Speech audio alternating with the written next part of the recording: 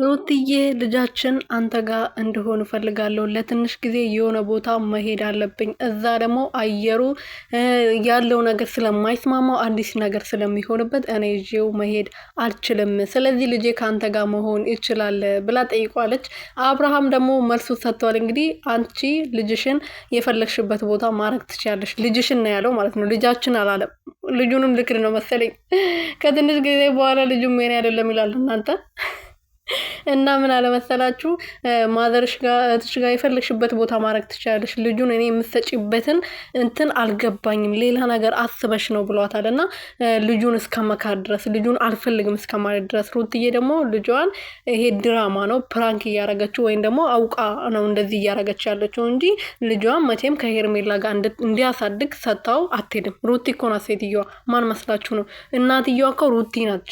ስለዚህ ሩትዬ መቼም ልጇን አሳልፋ ለዚች እንዴት ማቀፍ እንዳለባት ራሱ ማጣቆ ሴትዮ ለሷ ሰጥታ አትሄድም። ሰላም ሰላም ቤተሰብ እንዴት ናችሁ? ደህና ናችሁ ወይ? እና ያለው እግዚአብሔር ይመስገን። በያላችሁበት ሰላማችሁ ብዝት ትርፍርፍ ይበልልኝ።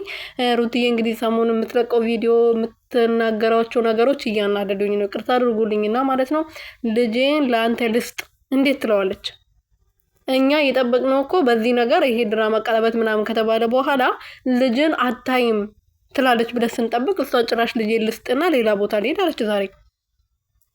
እንዴ ልጇን ለሱ እንዴት ትሰጠዋለች?